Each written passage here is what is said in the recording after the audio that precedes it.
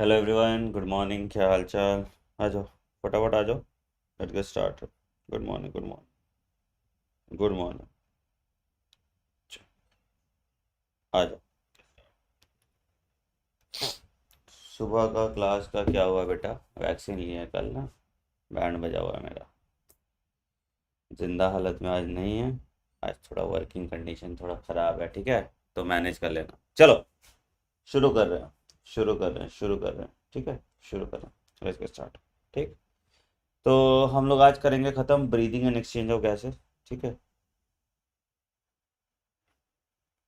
जो बच्चे syllabus tracker नहीं खोल पा रहे हैं, ठीक है, जो बच्चे सिलेबस ट्रैकर नहीं खोल पा रहे बेटा, सिलेबस ट्रैकर मैंने टेलीग्राम चैनल पे भेजा है, डॉक्टर आनंद मनी के नाम से। ठीक है, एक्सेल डाउनलोड करो, MS एक्सेल। ठीक है, तो आपको वो सिलेबस ट्रैकर उसमें खुलेगा, एक्सेल में खुलेगा, वो PDF में नहीं खुलेगा, वो PDF नहीं है। ठीक है, तो सिलेबस ट्रैकर एक्सेल में खोलो। जो मैं डेली टारगेट आपको दे रहा हूँ उस डेली टारगेट के हिसाब से आप कर। ठीक। चल, आइए शुरू कर, आइए शुरू करते। ठीक। Breathing and exchange of gases. Website बेटा रजिस्टर नहीं किया अभी तक तो कर लीजिए। आपको सारे माइंड मैप्स वगैरह सब इसी वेबसाइट और टेलीग्राम पे मिलता है, in the name of doctor Anand. तो जिन बच्चों ने रजिस्टर नहीं किया उस पर रजिस्टर कर लीजिए। ठीक है। अनअकैडमी में मेरा एक हाइब्रिड कनेक्ट बैच आने वाला है, ठीक है, जो नीट 2022 और 23 के लिए हाइब्रिड कनेक्ट बैच आ रहा है। तो इस पे भी आप इनरोल कर सकते हैं और मेरे साथ पढ़ सकते हैं। ठीक है। आपको बस 1 साल या 2 साल का सब्सक्रिप्शन लेना है, रेफरल कोड आनंद यूज़ करना है, आपको एक्स्ट्रा बेनिफिट मिल जाता है। आप देखो, एक्सक्लूसिव फिजिक्स केमिस्ट्री बायोलॉजी के डाउट सेंटर्स, आपको स्टडी मटेरियल, सेशंस, सब कुछ आपको बिल्कुल वन स्टॉप सॉल्यूशन मिल जाता है, और एक एक्सक्लूसिव ग्रुप में आप जुट जाते हैं मेरे साथ पढ़ने के लिए। ठीक है। सब्सक्रिप्शन लेके स्क्रीनशॉट इन नंबर्स पे आप भेज देंगे to be added in group. ठीक है। ये नंबर सिर्फ प्लस सब्सक्रिप्शन के लिए काउंसलर्स के हैं। किसी और नंबर पे, मतलब किसी और क्वेरी के लिए इस नंबर पे कॉल मत करना। ठीक है। चल आइए शुरू करते हैं, आइए शुरू करते हैं। हाँ जी। फंडा बॉक्स बेटा शुरू कर देंगे। फंडा बॉक्स कल देखो, कल शुरू कर देते हैं। ठीक है, आज वैक्सीन, कल ही वैक्सीन लगाया था मेरा, तो मेरा ये वाला हाथ पूरा इतना दर्द कर रहा है ना। चलो, good morning, good morning, good morning, good morning, good morning, good morning. चलिए शुरू करें। Everyone ready? एक बार अंगूठा दिखा दीजिए एंड लेट्स गेट स्टार्टेड। एक बार अंगूठा दिखा दीजिए सब एंड विल गेट स्टार्टेड। चलो, गुड मॉर्निंग, गुड मॉर्निंग। आ जाओ। अरे यार, वैक्सीन से एकदम बॉडी टूट जाता है ना, मतलब ऐसे आज तो सुबह उठा ही नहीं जा रहा था। चलो चलो चलो, आओ आओ फटाफट शुरू करते हैं। हाँ जी, चलो ग्रेट, ग्रेट। आओ, तो आओ शुरू करते हैं। हाँ, तो हम लोग बात कर रहे हैं breathing and exchange of gases. क्या बात कर रहे हैं? Breathing and exchange of. चलो आइए। तो क्या भैया, ब्रीदिंग मतलब क्या होता है? अंदर ऑक्सीजन लिए, बाहर ऑक्सीजन, बाहर कार्बन डाइऑक्साइड छोड़े। ठीक है, मतलब एयर अंदर लिए जिसमें ऑक्सीजन की क्वांटिटी ज़्यादा है, बाहर एयर छोड़े जिसमें कार्बन डाइऑक्साइड की क्वांटिटी ज़्यादा है। ठीक है। तो भैया क्या, तो oxygen is utilized by organisms to indirectly break down simple molecules like glucose, amino acid, fatty acid etcetera to derive energy. क्या चाहिए हमको? ऑक्सीजन चाहिए। कौन से प्रोसेस के लिए चाहिए? हमको चाहिए ये रेस्पिरेशन के लिए, हमको चाहिए रेस्पिरेशन के लिए। ठीक है। कार्बन डाइऑक्साइड रिलीज हो जाता है in the above catabolic reaction. Carbon dioxide is release. ठीक है। तो this exchange of gases is called breathing. This process of exchange of oxygen from atmosphere and carbon dioxide produced by cells is called breathing, which is commonly known as respiration, which is commonly known as respiration। तो respiration में क्या क्या आ जाता है? respiration में क्या क्या आ जाएगा? Inspiration, expiration, breakdown of metabolic substances to release energy. तो सब कुछ अगर मिला दोगे तो रेस्पिरेशन। ठीक है, सब कुछ मिला दोगे तो रेस्पिरेशन हो। ठीक। चल आओ शुरू करते हैं, आगे बढ़ते हैं। ठीक है, अब बात करते हैं क्या क्या रेस्पिरेटरी ऑर्गन्स है। रेस्पिरेटरी ऑर्गन्स पे सवाल आता है, क्या क्या रेस्पिरेटरी ऑर्गन्स है। लिख लो, लिख ही लेते हैं इसको अलग से ना, ताकि अच्छे से याद हो जाएगा आपको, है ना। लिख लेते हैं अलग से, जाके अच्छे से याद हो जाएगा आपको। रेस्पिरेटरी ऑर्गन्स, कौन कौन से रेस्पिरेटरी ऑर्गन्स है भैया? लिखो, स्पंजेस, सीलेंट्रेट्स और फ्लैटवर्म। किससे होता है? जनरल बॉडी सरफेस से, जनरल बॉडी सरफेस। ठीक है, दूसरा इंसेक्ट्स, ट्रेकियल ट्यूब। ठीक है, एंड एक्वाटिक आर्थ्रोपॉड,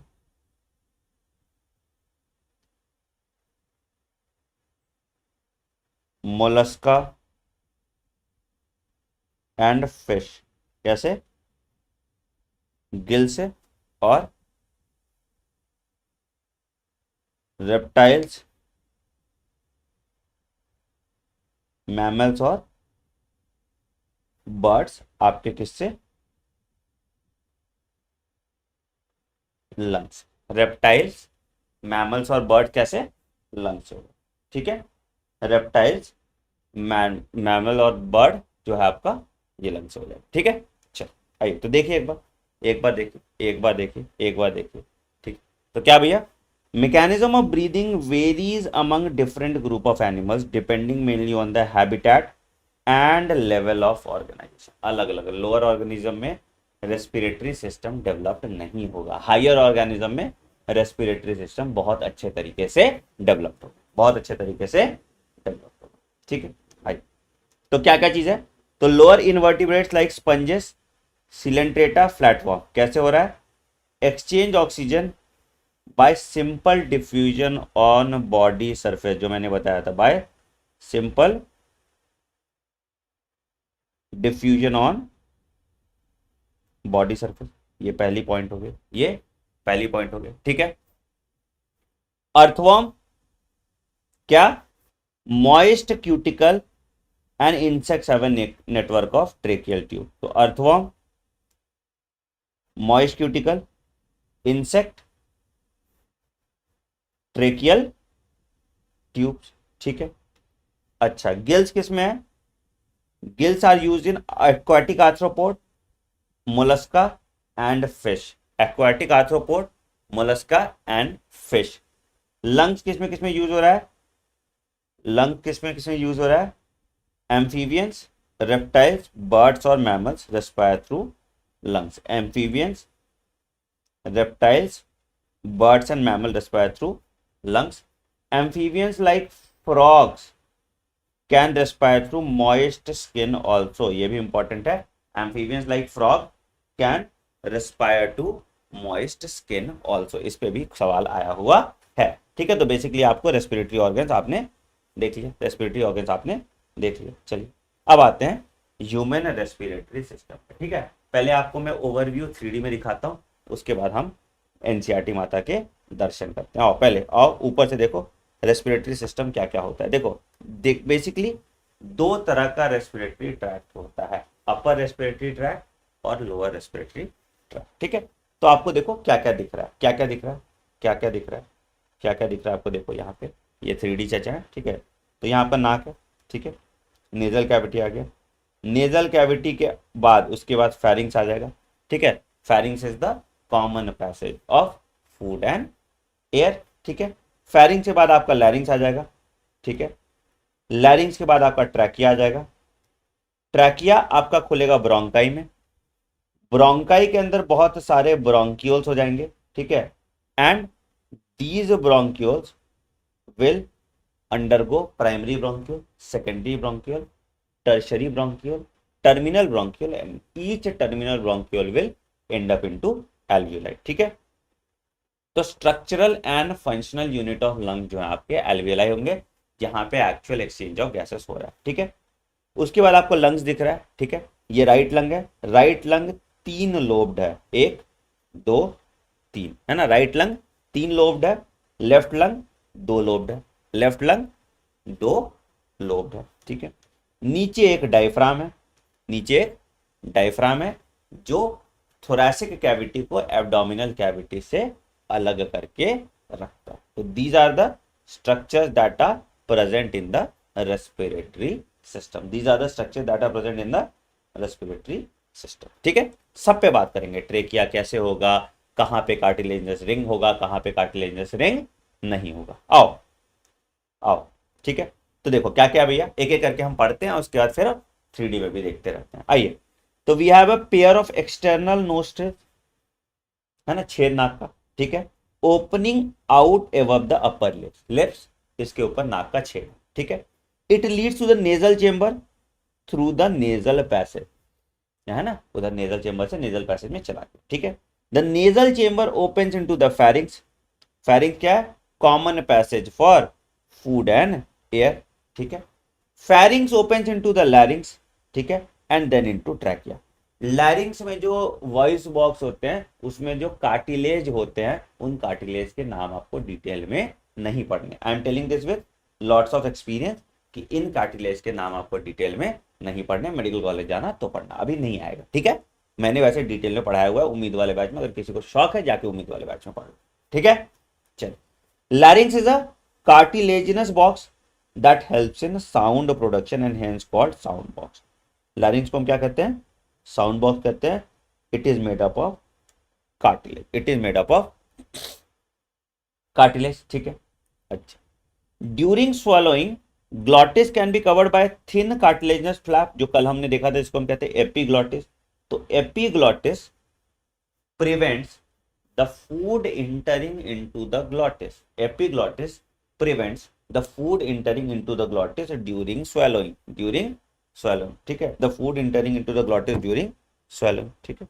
अच्छा, एपीग्लॉटिस आपका जो है, एपीग्लॉटिस के बाद आ गया तुम्हारा लैरिंक्स, ठीक है। Prevent the food entering into the larynx, ठीक है। लैरिंक्स के बाद वाला जो रीजन है उसको हम कहते हैं ट्रैकिया। ट्रैकिया स्ट्रेट ट्यूब है extending up to the mid thoracic cavity. यहां पे ये बीच वाले रीजन में आ गया, कहां पे, मिड थोरैसिक कैविटी, यहां पे बीच वाले रीजन, है ना, थोरैसिक कैविटी के एकदम बीच में आया, ठीक है। विच divides at the level of fifth thoracic vertebrae. कहां से डिवाइड किया, T5 से। कहां से डिवाइड किया, इसमें सवाल आता है। फिफ्थ थोरैसिक वर्टिब्रे पे डिवाइड किया into right and left pulmonary bronchi. कैसे, right and left pulmonary bronchi. कहां, right and left pulmonary bronchi, ठीक है। Each bronchi form secondary and tertiary bronchi and bronchioles ending up into terminal bronchioles. तो ठीक है, तो primary bronchi हुआ, secondary bronchi हुआ, टर्शरी ब्रोंकाई हुआ, और उसके बाद फाइनली आपका टर्मिनल ब्रोंकियल्स, ठीक है। टर्मिनल ब्रोंकियल्स में याद रखिएगा कार्टिलेजिनस रिंग नहीं होते, याद रखिएगा। Terminal bronchioles lakhs cartilaginous ring. Terminal bronchioles lakhs cartilaginous ring, ठीक है। कार्टिलेजिनस रिंग टर्मिनल ब्रोंकियल्स में एब्सेंट, ठीक।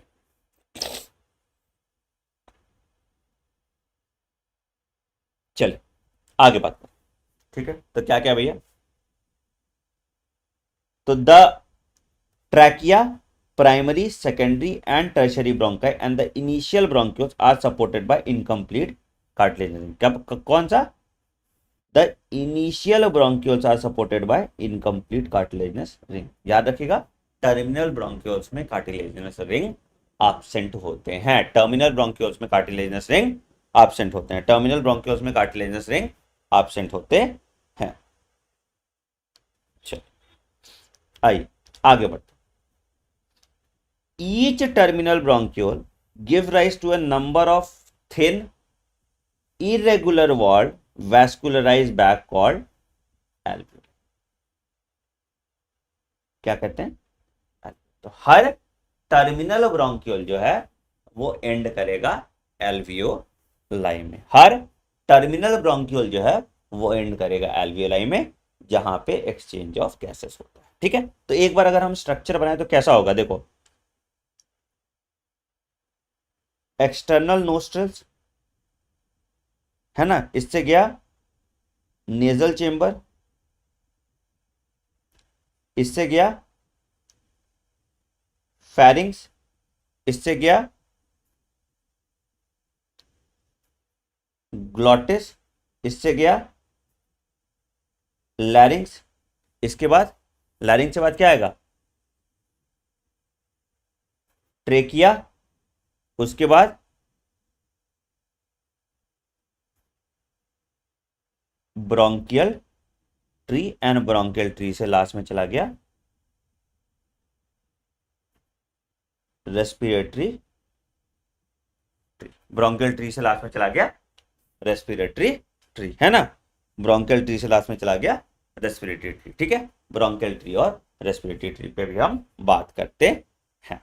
ठीक है, ब्रोंकियल ट्री और रेस्पिरेटरी ट्री पे भी हम बात। ठीक है, यहां तक किसी को कोई भी दिक्कत? यहां तक किसी को कोई भी दिक्कत? लैरिंग्स में कार्टिलेजेस के नाम आपको नहीं पढ़ने, मैं बहुत रिस्पॉन्सिबिलिटी के साथ बता रहा हूं। यहाँ पे क्वेश्चन उसी रेस्पिरेटरी वॉल्यूम, रेस्पिरेटरी कैपेसिटी पे आता है, या Bohr effect, हेल्डेन effect, hamburger phenomena, transport of gases पे सवाल आता है। इधर से सवाल आता ही नहीं है। ठीक है, चल आओ आगे बढ़ते हैं। तो ये आ गया हमारा आगे। अब आते हैं एल्वियोलाई के बाद। ठीक है, तो the branching network of bronchi, bronchioles and alveoli comprises the lungs. कितना लंग है? 2 लंग्स है, covered by a double layer pleura with pleural fluid. ठीक है, तो outer covering of lungs is called pleura. ठीक है, प्लूरा में अगर फ्लूइड है तो उसको हम कहते हैं pleural fluid, which prevent friction, which prevent friction. ठीक है, इट रिड्यूसेस फ्रिक्शन।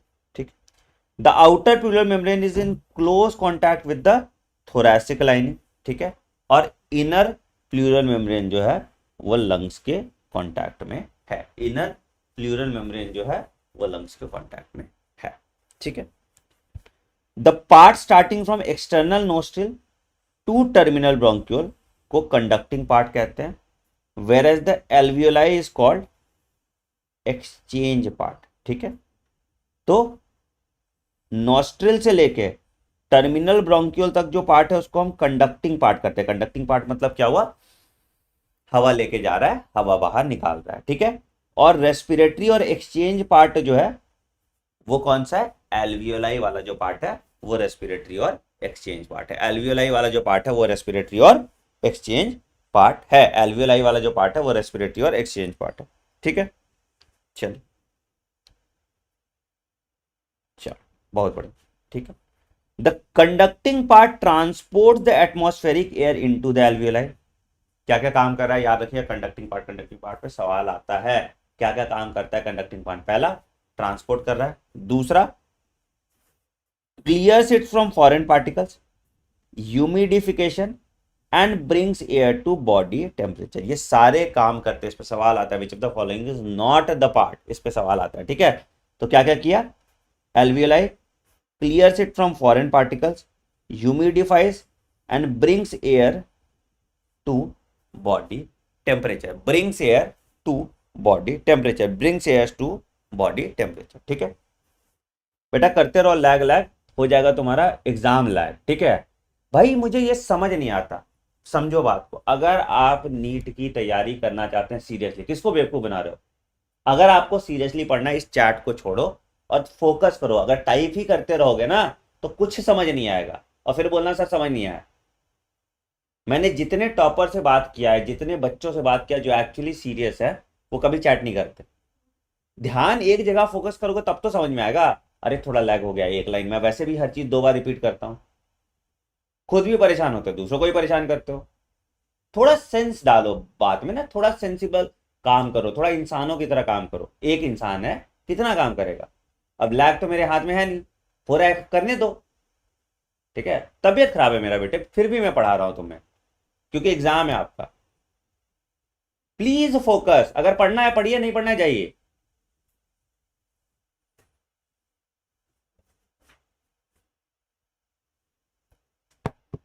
मैं वैसे भी चैट नहीं देखता, आपको पता है ना, मैं चैट नहीं देखता, तो तुम पूछ रहे हो तो अपना ही टाइम वेस्ट कर रहे हो।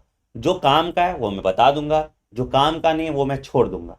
ठीक है, बहुत सिंपल सा चीज है ना, पढ़ाना मेरा काम है, पढ़ना आपका काम है। लेट्स कीप दैट बैरियर, है ना। ज्ञान अपने पॉकेट में रखिए। फंडा बॉक्स नहीं हुआ सर, अरे फंडा बॉक्स हो जाएगा भाई, मैं मर जाऊं बताओ। हाँ, कि सुपरमैन की तरह मैं आपके एप्लीकेशन फॉर्म के बारे में बता दूं, मैं आपको फंडा बॉक्स भी बता दूं, मैं आपको ये भी बता दूं, है ना, मैं 18 घंटे बैठ जाता हूं ऑनलाइन, फोन भी उठा लूं सारे।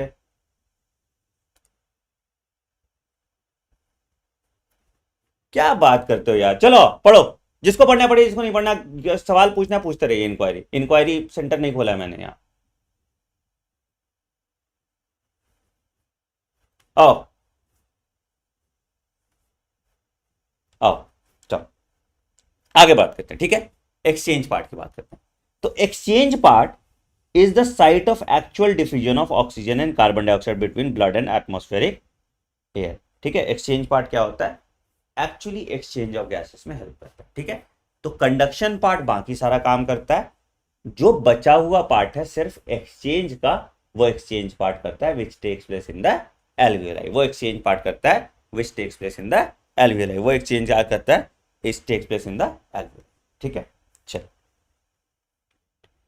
The lungs are situated in the thoracic chamber which is anatomically an air tight chamber. याद रखिएगा, ये बहुत इंपॉर्टेंट पॉइंट है कि जो आपका थोरैसिक चेंबर है वो एयर टाइट इन नेचर होता है, तभी हम प्रेशर जनरेट कर पाते हैं, तभी हम प्रेशर को बढ़ा घटा पाते हैं। अगर हम प्रेशर को बढ़ा घटा नहीं पाते तो आपको दिक्कत होता सांस लेने में।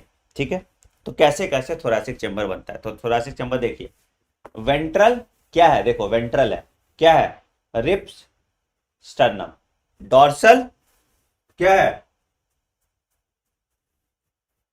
क्या है, थोरैसिक वर्टिब्रे। ठीक है, और लेटरली भी रिप्स है। ठीक है, तो क्या है, the thoracic chamber is formed dorsally by vertebral column, ventrally by sternum and laterally by ribs on the lower side for dome side diaphragm। तो पूरा आ गया तुमको, अगर thoracic cavity देखोगे तो ये आपका thoracic cavity होता है। देखिए thoracic cavity अगर देखना है, किसको देखना है, ये आपका आ गया पूरा thoracic cavity। यार यहां से लेके पूरा thoracic cavity देखो, तो ये वेंट्रल है, ये वेंट्रल है, क्या है यहाँ पे, sternum.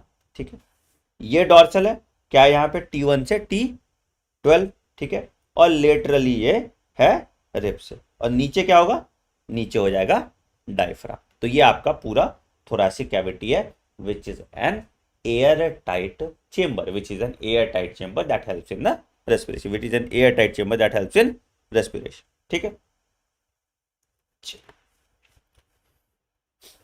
the anatomical setup of lungs in thorax is such that any change in the volume of the thoracic cavity will be reflected in the pulmonary capacity। वही, अगर thoracic वॉल्यूम बढ़ेगा, यहां पे प्रेशर कम होगा, हवा अंदर जाएगा।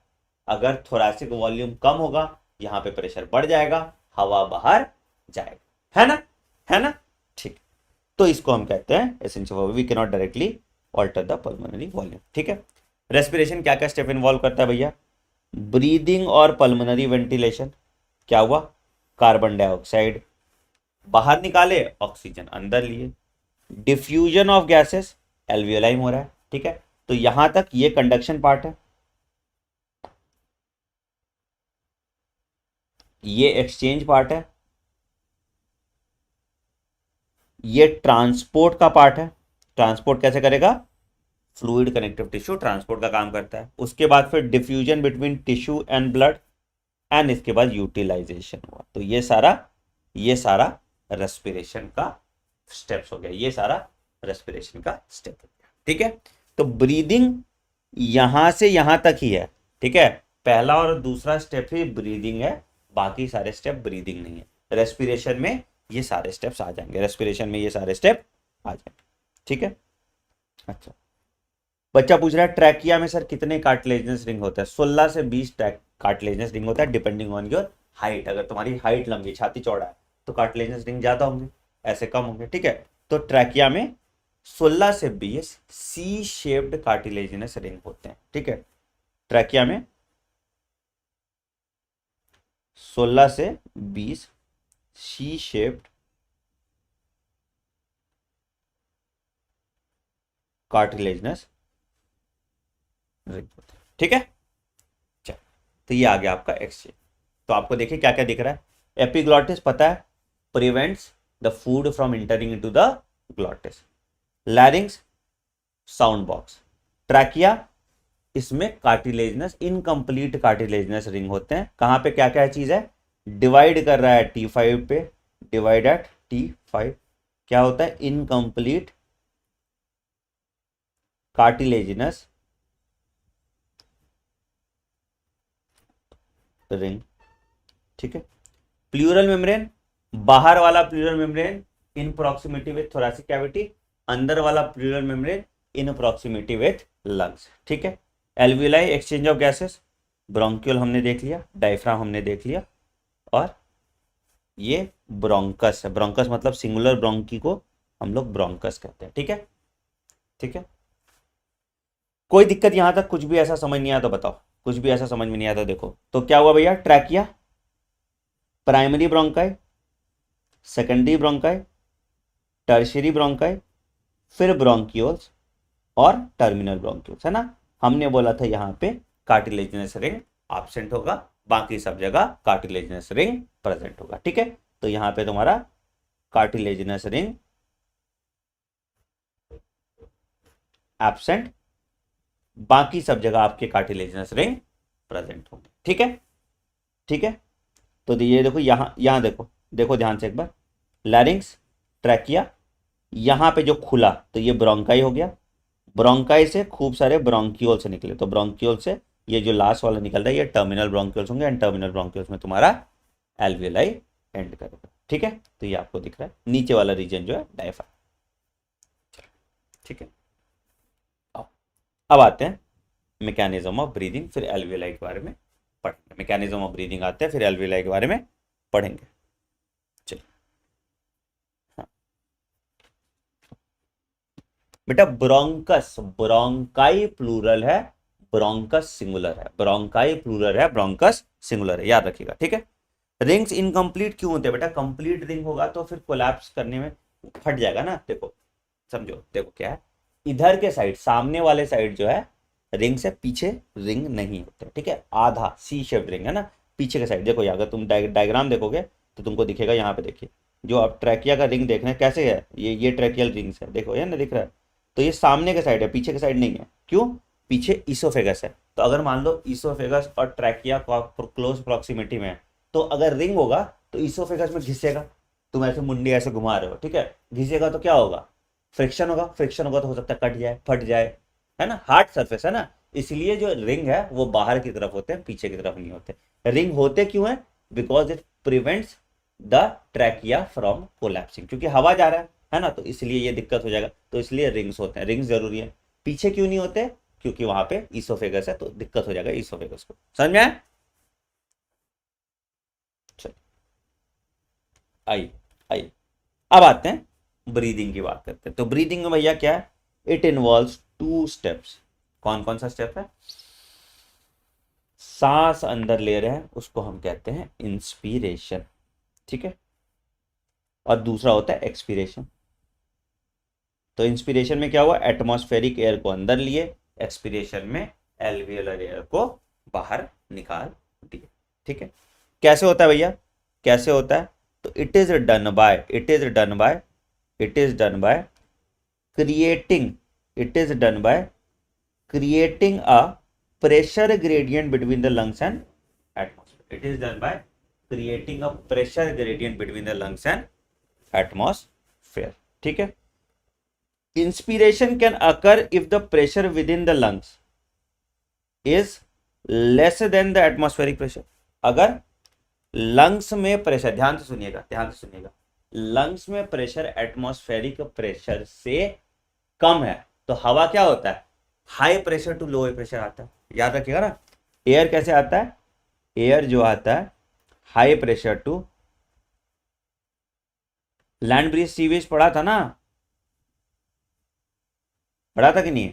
मेरे एक ज्योग्राफी के टीचर थे, ठीक है, तो ऐसे पढ़ाते, लैंड ब्रिज ऐसे। when wind arises from high pressure to low pressure, when wind arises from, क्या था भूल ही गए। हाँ हाँ ठीक है। हाँ कुछ ऐसे ड्यूरिंग लैंड और सीवेज में कुछ ऐसे बताया था, हाँ। तो बोला कि when wind arises from high pressure to low pressure depression is caused, लहरें लहरों को चूमती हैं। इट वाज लाइक दैट, बड़ा मस्त था, ठीक है। तो वही होता है, तो हवा कैसे high pressure to low pressure ही जा रहा है। तो अगर मान लो लंग्स में प्रेशर मेरा लो है, बाहर प्रेशर हाई है, हवा आपके अंदर आ जाएगा, है ना, हवा आपके अंदर आ जाएगा, ठीक है, हवा आपके अंदर आ जाएगा, ठीक है। तो इस तरह से होता है, ठीक है, तो याद रखिएगा। तो there is a negative pressure in the lungs with respect to the atmospheric pressure, ठीक है। एक्सपीरेशन में क्या होगा, लंग का प्रेशर बढ़ा देंगे, हवा बाहर चला जाएगा। Same similarly expiration takes place when the intra pulmonary pressure is higher than the atmospheric pressure, ठीक है। तो क्या क्या काम करता है यहाँ पे, diaphragm, a specialised set of muscles, external and internal intercostal muscles, ribs helps in such gradient. तो क्या क्या कर रहा है, कौन कौन काम कर रहा है, डायफ्राम काम कर रहा है, external and internal intercostal muscle, intercostal मतलब मसल बिटवीन रिब्स, इंटरकोस्टल है ना, मसल बिटवीन रिब्स को हम इंटरकोस्टल मसल कहते हैं, एंड ये जनरेट करता है सच ग्रेड, ठीक है। तो भैया कैसे होता है इंस्पिरेशन और कैसे होता है एक्सपिरेशन, पढ़िए। कैसे होता है इंस्पिरेशन और कैसे होता है एक्सपिरेशन, पढ़िए जल्दी जल्दी फटाफट। अरे क्या हो गया, कैसे होता है इंस्पिरेशन और कैसे होता है एक्सपिरेशन, आइए देखो। आओ पहले लिखो इंस्पिरेशन और उसके बाद फिर लिखिए एक्सपिरेशन। तो देखो, इंस्पिरेशन मतलब सांस अंदर लेना, तो इंस्पिरेशन कराने के लिए हमको क्या करेगा होगा, क्या करना होगा, तो कॉन्ट्रैक्शन ऑफ, कौन सा, ECIM, ठीक है, बाय कॉन्ट्रैक्शन ऑफ ECIM, ठीक है। क्या होगा, क्या होगा, क्या होगा, जो ये रिब के जो है वो ऊपर की तरफ चलेगा। अगर मान लो ये कॉन्ट्रैक्ट किया तो क्या होगा ना, स्टर्नम ऊपर चढ़ जाएगा। बाल्टी देखो, बाल्टी ऐसे ऊपर उठाओगे ना तो स्पेस बढ़ जाता है, देखोगे ना कभी बाल्टी का ऐसे मग्गा जो ये गोल वाला होता है बाल्टी का, सपोज मान लो ये ऐसे ऐसे रखा हुआ है, इसको ऊपर उठाओगे तो क्या होगा, सरफेस बढ़ गया ना। अगर हम इसको ऊपर उठा रहे हैं तो सरफेस बढ़ गया, ये छाती फूल गया, छाती फूला तो थोरासिक कैविटी बढ़ जाएगा, ठीक है। तो बाय कॉन्ट्रैक्शन ऑफ ECM क्या होता है, the ribs are pulled upward, the ribs are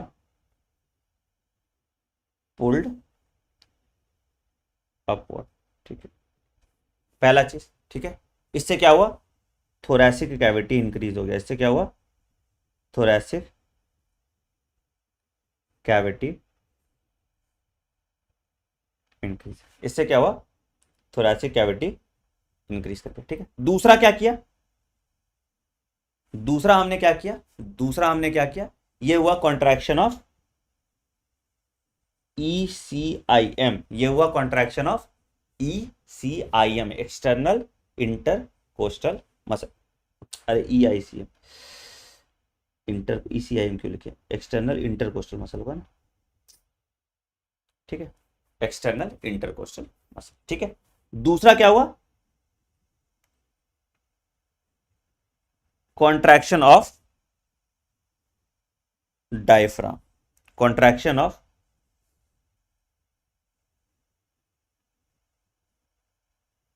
diaphragm, ठीक है।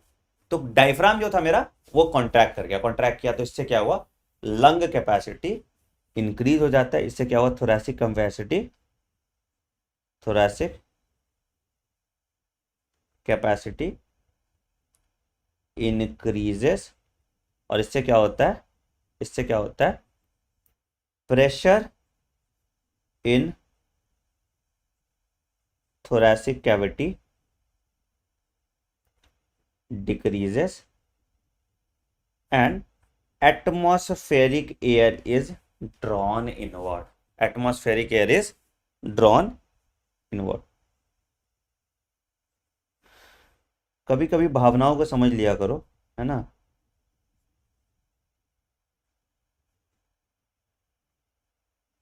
ठीक है, चल। EICM क्या होता है? EICM external intercostal muscle. ठीक है, एक्सटर्नल इंटर कोस्टल मसल। अब जैसे कोस्टल का स्पेलिंग गलत लिखते हैं ना, एक्सटर्नल इंटर कोस्टल मसल। ठीक है, चलिए, समझ में आया सबको? देखो क्या हो रहा है, कहानी समझो। देखो ये आपका स्टर्नम दिख रहा है, ये आपका थोरासिक कैविटी है पूरा। ठीक है, इसमें अब आपको दिखाते हैं एक्सटर्नल इंटरकोस्टल मसल कहाँ होता है। ध्यान से देखो, ध्यान से देखो, ये देखो, देख रहे हो? ये है आपका पेक्टोरलिस माइनस और ये है आपका एंटीरियर्स। ठीक है, तो अब देखो क्या हो रहा है, अब देखो क्या हो रहा है कि ये जो है तुम्हारा क्या दिख रहा है, ये जो दिख रहा है ये कोस्टल मसल्स है, मसल्स बिटवीन रिब्स, ये कोस्टल मसल्स है ना, दिख रहा है। अब क्या होगा, अब क्या होगा, अब क्या होगा कि जब जब हम इनको कॉन्ट्रैक्ट करेंगे, तो किसी चीज को कॉन्ट्रैक्ट करो क्या होगा, फूल जाएगा, ऊपर की तरफ चला जाएगा, है ना। तो ये जो है, ये ऐसे ऊपर चढ़ जाएगा। अगर कोई चीज को अगर चढ़ा रहे हो तो ऐसे सांस लो, ये देखो ये फूल जाएगा, ऐसे छाती ऐसे ऊपर आएगा। ठीक है, तो ऊपर आया तो क्या हुआ, वॉल्यूम बढ़ गया, वॉल्यूम बढ़ा ना। अब वॉल्यूम बढ़ने से प्रेशर कम हो जाएगा। दूसरा जो ये डायफ्राम है, डायफ्राम ऐसे कैसे, ऐसे सा है, डोम शेप का है, इसको मैं ऐसे फ्लैट कर दिया तो अगेन यहां पे वॉल्यूम बढ़ गया, है ना।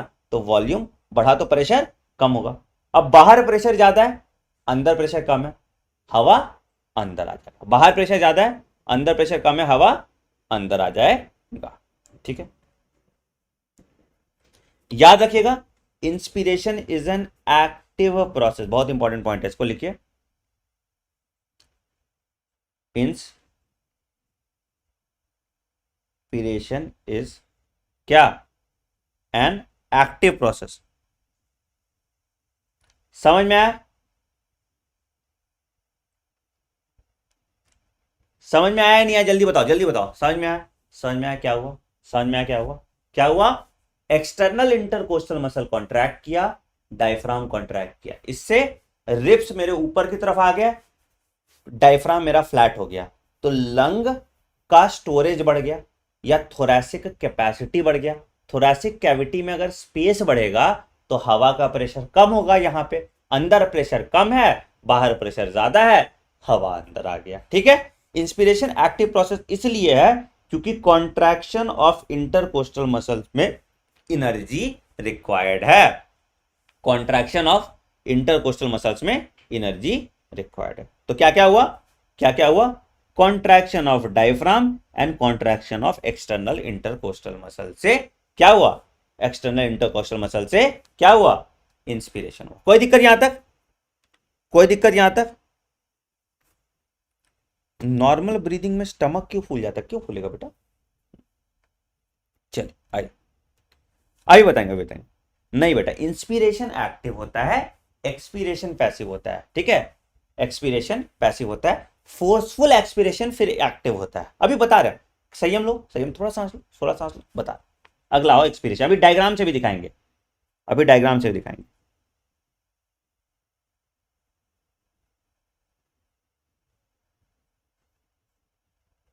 क्या है भाई, पैसिव प्रोसेस है। क्या है, पैसिव प्रोसेस है। किससे हुआ, relaxation of diaphragm, relaxation of diaphragm, और क्या हुआ, relaxation of external inter coastal muscle. ठीक है, तो इससे क्या हुआ, थोरैसिक कैपेसिटी कम हो गया, इंट्रा पल्मोनरी प्रेशर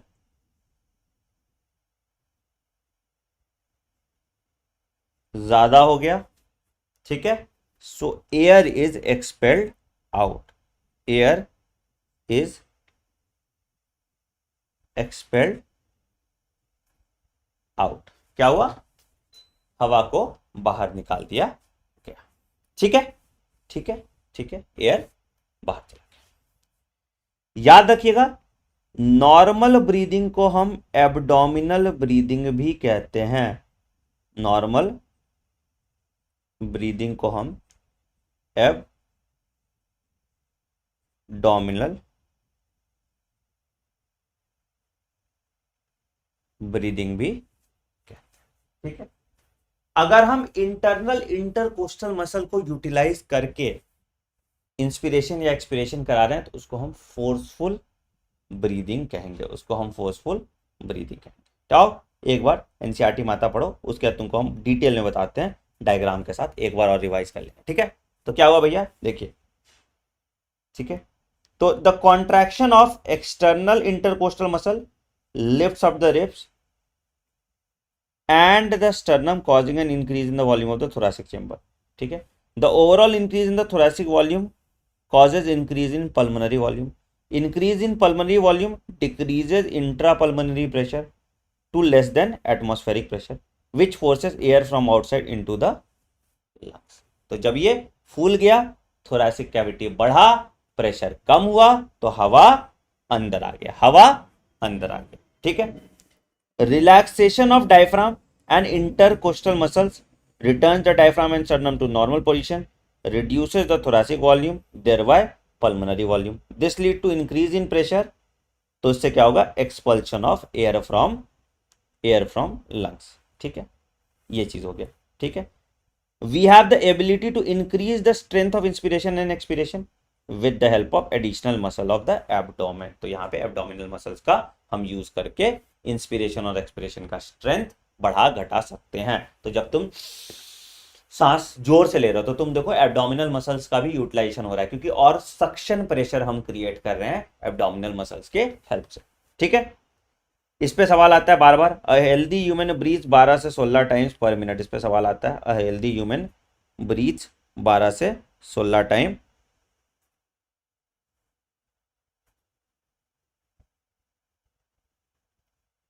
ठीक है, समझ में आया, समझ में। वॉल्यूम ऑफ एयर को हम मेजर करते हैं स्पायरोमीटर से,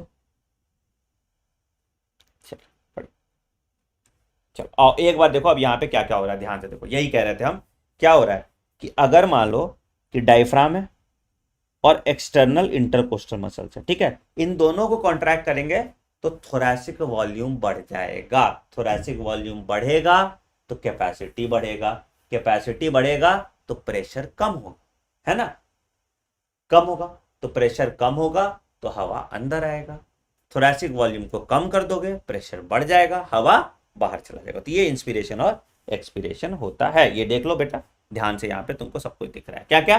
तो ड्यूरिंग नॉर्मल क्वाइट इनहेलेशन क्या हो रहा है, the diaphragm and the external intercostal muscle contract, ठीक है। ड्यूरिंग लेवर्ड इनहेलेशन क्या हुआ कि और भी मसल्स कॉन्ट्रैक्ट कर रहे हैं, ठीक है, नाम आपको जानने की जरूरत नहीं, ठीक है, ये इनहेलेशन हो गया। ड्यूरिंग नॉर्मल क्वाइट एक्सपिरेशन क्या हो रहा है, रिलैक्स कर रहा है, एंड ड्यूरिंग फोर्सफुल एक्सेलेशन क्या हो रहा है, abdominal and internal intercostal muscle को कॉन्ट्रैक्ट करते हैं। इस पे सवाल आया हुआ है, क्या ड्यूरिंग फोर्सफुल एक्सपिरेशन क्या करते हैं, ड्यूरिंग फोर्सफुल एक्सपिरेशन क्या करते हैं हम, एब्डोमिनल और इंटरनल इंटरकोस्टल मसल को कॉन्ट्रैक्ट करते हैं। लिखिए, ड्यूरिंग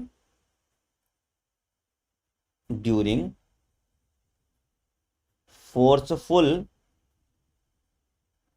एक्सपिरेशन क्या, ड्यूरिंग फोर्सफुल एक्सपिरेशन क्या बताओ, during forceful expiration abdominal and internal intercostal muscle contract. इस पे सवाल आता है, ये एनसीईआरटी में नहीं दिया है, इसको लिख लीजिए, ठीक है, ये एनसीईआरटी में नहीं दिया है, इसको लिख लीजिए, ठीक है। क्लियर है यहां तक, क्लियर है, एक बार अंगूठा दिखा दीजिए, क्लियर है, एक बार अंगूठा दिखा दीजिए, क्लियर है, एक बार अंगूठा दिखा दीजिए, जल्दी जल्दी जल्दी जल्दी बता दो, क्लियर है सब कुछ, एक बार अंगूठा दिखा दीजिए। चलिए अब आते हैं, हाँ, वाह, खाना खाने के बाद प्राणायाम क्यों नहीं करते, यही बेटा नीट में आएगा, अभी तो 2 महीना बचा एग्जाम में, प्राणायाम पे तो सवाल आएगा ना, रामू बाबा पेपर सेट कर रहे हैं। सही बात है। बहुत बहुत बहुत जेन्युइन डाउट है, एकदम एग्जाम सेंट्रिक डाउट है, मतलब कि नीट का क्वेश्चन ही लीक कर दे रहे हो तुम लोग तो एकदम। अरे मूर्ख, 2 महीना बचा है, पढ़ लो, कुछ भला हो जाएगा तुम्हारा भी मेरा भी, हैं।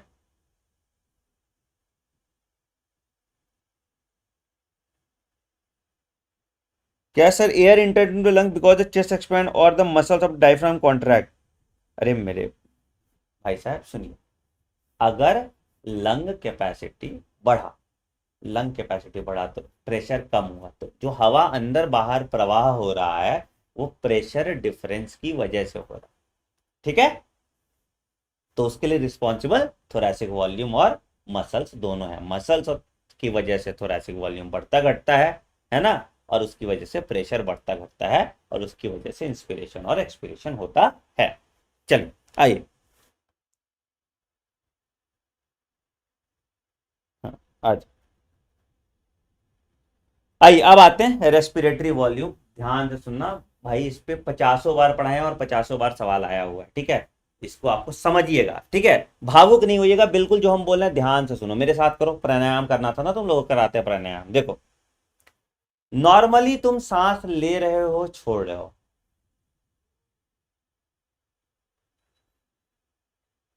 क्या कहते हैं इसको, इसको हम कहते हैं टाइडल वॉल्यूम, ठीक है। तो वॉल्यूम ऑफ एयर इंस्पायर्ड और एक्सपायर्ड ड्यूरिंग नॉर्मल रेस्पिरेशन कितना है, टाइडल वॉल्यूम कितना है, 500 एम, ठीक है। एक सवाल तो इस पे आना ही आना है, चाहे कुछ हो जाए, ठीक। अच्छा, इंस्पिरेटरी रिजर्व वॉल्यूम क्या होता है सर, अगर अगर नॉर्मल इंस्पिरेशन के बाद हम जितना हवा ले पाए उसको हम इंस्पिरेटरी रिजर्व वॉल्यूम कहते हैं। तो additional volume of air a person can inspire after normal inspiration, ठीक है। तो क्या है, 2500 से 3000 ml, कितना है, 2500 से 3000, जैसे जब, तो ये है इंस्पिरेटरी रिजर्व वॉल्यूम, ठीक है। अच्छा, अगर हम फोर्सफुल एक्सपिरेशन से जो हवा छोड़ रहे हैं that is called forceful expiration, that is called expiratory reserve volume. तो additional volume of air a person can expire by forceful expiration, इसको हम कहते हैं 1000 से 1100, ठीक। तो जोर से जो सांस अंदर ले रहे हो वो इंस्पिरेटरी रिजर्व वॉल्यूम है, जोर से जो सांस बाहर छोड़ रहे हो वो एक्सपिरेटरी रिजर्व वॉल्यूम है, और नॉर्मल सांस छोड़ रहे हो और ले रहे हो तो दैट इज टाइडल वॉल्यूम, ठीक है। बचा हुआ हवा जो छाती में बच गया उसको हम रेसिडुअल वॉल्यूम कहते हैं, ठीक है।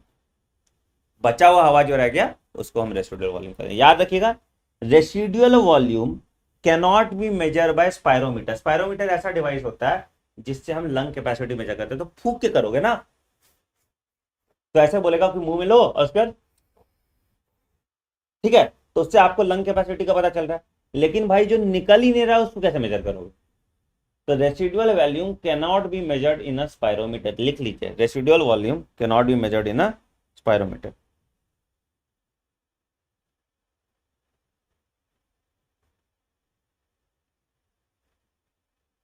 कांट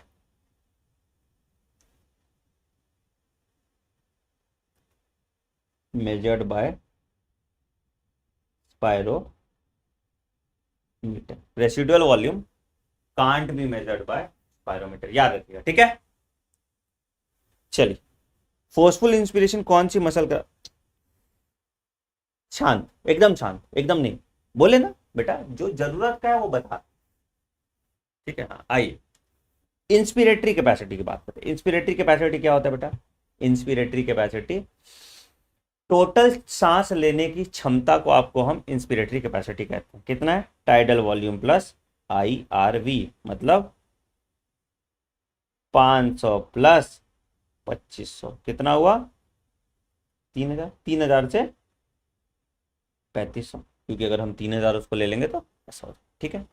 एक्सपीरेटरी रिजर्व वॉल्यूम क्या हुआ, 500 प्लस कितना, 500 प्लस 1000, तो कितना हुआ 1500, 1500 से 1600, अगर 1100 ले रहे हो तो 1600, ठीक है। फंक्शनल रेसिडुअल कैपेसिटी, अगेन हम फंक्शनल रेसिडुअल कैपेसिटी भी नहीं निकाल सकते क्योंकि अगेन यहाँ रेसिडुअल वॉल्यूम इन्वॉल्व है। तो क्या है भैया, expiratory reserve volume plus residual volume, इसको हम फंक्शनल रेसिडुअल कैपेसिटी कहते हैं। क्या हुआ भैया, 1100 प्लस 1200 कितना हो गया 2300, ठीक है। ये हो गया तुम्हारा functional residual capacity. Vital capacity में सब कुछ डाल दो रेसिडुअल वॉल्यूम को छोड़ के, तो IRV plus ERV plus TV को रेसिडुअल वॉल्यूम बोलेंगे, और टोटल लंग कैपेसिटी में सब कुछ को डाल दो, RV, TV, IRV और ERV। या हम कह सकते हैं vital capacity plus residual volume को हम TLC कह सकते हैं, ठीक है। या हम कह सकते हैं TV plus IRV plus ERV plus residual volume is equal to total lung capacity, ठीक है। अप्रोक्सीमेटली 6000 ml होता है, 6000 ml होता है, ठीक है। समझ में आया, समझ में आया सबको, लगभग 6000 ml या 42 ml टोटल, मतलब इस पर डिपेंड करता है कि कितना होगा, कैलकुलेट कर लेना, ठीक है। कितना है टोटल लंग कैपेसिटी, कर लो कितना हो गया, देखो ना, अगर NCERT के हिसाब से 500 प्लस 2500 प्लस 1000 मिनिमम देखते हैं, ठीक है, प्लस 1100, ठीक है। हाँ तो लगभग 4000 के आसपास होगा, 6000 नहीं होगा, 4200 हो गया ना लगभग, ठीक है। ठीक है, तो याद रखिएगा हम लोग क्या क्या मेजर नहीं कर सकते, हम लोग क्या क्या मेजर नहीं कर सकते, हम लोग फंक्शनल रेसिडुअल कैपेसिटी मेजर नहीं करते स्पायरोमीटर से, और रेसिडुअल वॉल्यूम मेजर नहीं कर सकते स्पायरोमीटर से। तो लिखिए, we can not measure residual volume by spirometer. Capacity कौन कौन सा मेजर नहीं कर पाएंगे, जहां जहां रेसिडुअल वॉल्यूम इन्वॉल्व है, ठीक है।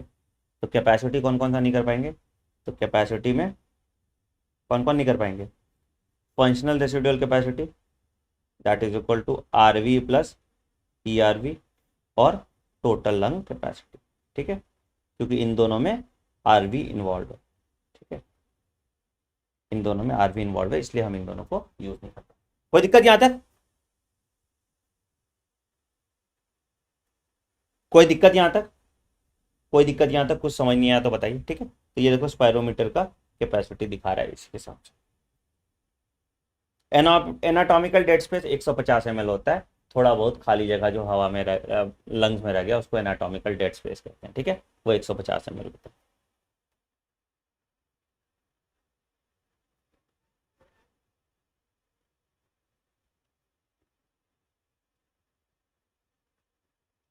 ठीक है, चलो वाइटल कैपेसिटी कैलकुलेट कर लो ना भाई, वाइटल कैपेसिटी कितनी होगी, करो, सब काम हम ही कर रहे हैं। वाइटल कैपेसिटी क्या होता है, TV that is 500 plus IRV that is 2500 plus ERV that is 1000, है ना। तो 2500 3000 और एक 4000 के आसपास हो गया। ऐसे मत करो यार, चलो ठीक है, आई कोई दिक्कत यहां तक, कोई दिक्कत यहां तक, वाह देखो सवाल, I kept spectacles photo in NEET, any problem. अरे भाई रिश्ता थोड़ी करा रहा है नीट वाला, नीट NTA वाला अपनी बेटी थोड़ी देगा तुमको कि तुम शक्ल चमगादड़ जैसे दिखोगे स्पेक्टिकल्स में, तो दिक्कत हो जाएगा। अरे भाई चश्मा लगा के, गॉगल्स नहीं लगाया ना तब तक ठीक है। इतना समझो बेटा, एक बहुत बेसिक सा चीज समझो, फॉर्म को इतना सीरियसली मत लो। हवा बना दियो तुम लोग एप्लीकेशन फॉर्म को। हम लोग के टाइम पे भी हम लोग एप्लीकेशन फॉर्म भरते थे ना, यूट्यूब नहीं था, मेरे खानदान में कोई डॉक्टर नहीं था, जिंदगी में पहली बार फॉर्म भरे, इंस्ट्रक्शन पढ़ो फॉर्म भरो। बेटा कैंसिल नहीं होता कभी फॉर्म तुम्हारा, तुमको मेल आ जाएगा कि भैया आपने ये गलती की है, फिर से अपलोड कर दीजिए। तो जो भी आप गलती करोगे काउंसलिंग के टाइम पे भुगतोगे, अभी कुछ नहीं भुगतोगे। तो पहला स्टेप है कि फॉर्म भरो, निश्चिंत हो जाओ, जो जैसे भरना है भर दो, कोई बात नहीं, ठीक है, बाद में निपट लिया जाएगा उससे, ठीक है। खाली बस अपना मम्मी पापा का नाम, डेट ऑफ बर्थ, अपना जेंडर, कैरेक्टर, ये तुम्हारा जो कैटेगरी है, ये सब सही से भर देना, क्योंकि ये सब नहीं बदलता, बाकी सब कुछ बदल जाता है। भावुक नहीं होना है इतना। मैंने नीली चड्डी में फोटो खिंचा दी सर, क्या मैं वो वाली फोटो अपलोड कर दूं?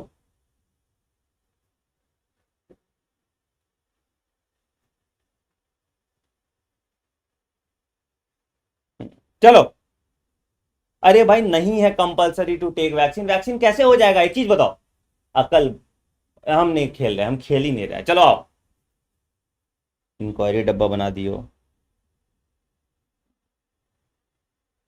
वाह देखो, स्वामी रामदेव डायफ्राम को कैसे हिला लेते हैं। बेटा वो तुमको बिठा लेता है डायफ्राम पे, उसके बाद तुम हिलते हो तो वो डायफ्राम में उनका हिल जाता है।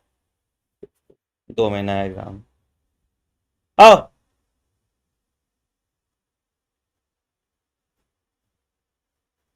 एक्सचेंज हो गया, फालतू सवाल हमसे पूछे ना तो देख लेना। हम्म। चलो, एक्सचेंज ऑफ गैसेस देखते हो, चलो बहुत इंपॉर्टेंट है एक्सचेंज ऑफ गैसेस, सुनो सुनो सुनो सुनो सुनो। अरे भाई ट्रांसपोर्ट ऑफ गैसेस पढ़ाना है, एक्सचेंज ऑफ गैसेस पढ़ाना है, चलो।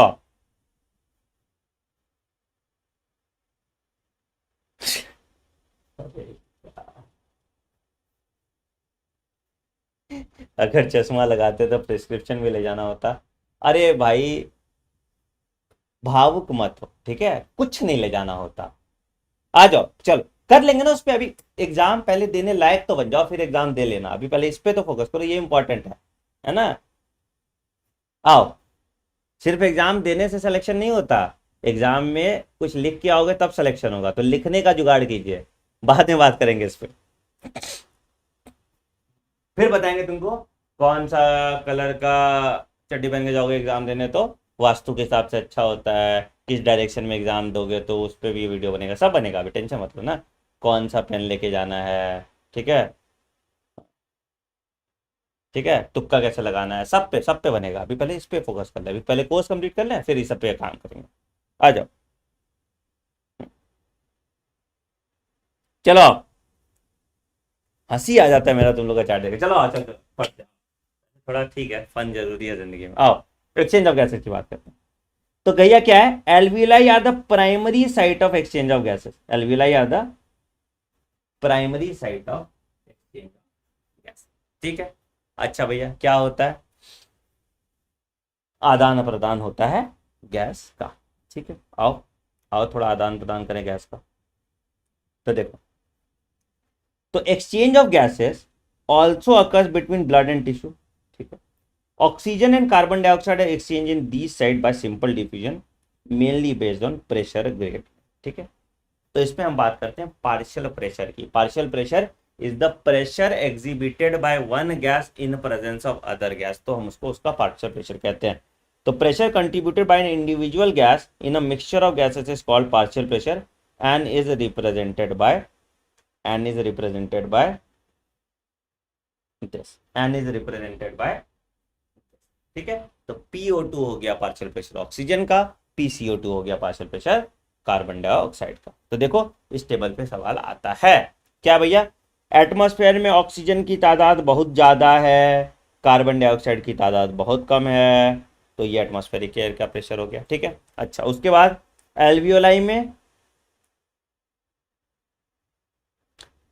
तो बोलोगे सर ये 0.3 से 40 चला गया, ये 159 से कम ही हो गया, ऐसा क्यों हुआ sir, because CO2 is readily soluble in water, तो भैया इसीलिए CO2 तुरंत ज्यादा एब्जॉर्ब हो जाता है, ठीक है। डीऑक्सीनेटेड ब्लड में क्या है 40, 45, ऑक्सीजनेटेड में क्या है 95, 40, और टिश्यू में क्या है 40, 45, ठीक है। ये पार्शियल प्रेशर होता है, ठीक है। याद रखिएगा, जिसका पार्शियल प्रेशर ज्यादा है वो दे देगा, और जिसका पार्शियल प्रेशर कम है वो ले लेगा, हमेशा, हमेशा कैसे जाएगा, हमेशा हाई टू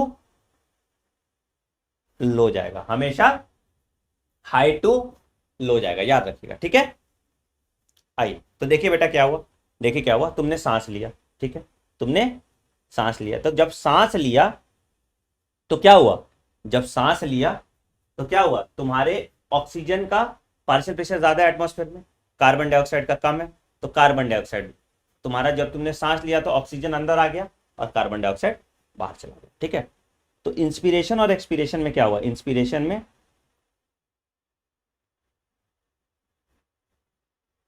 O2 और एक्सपीरेशन में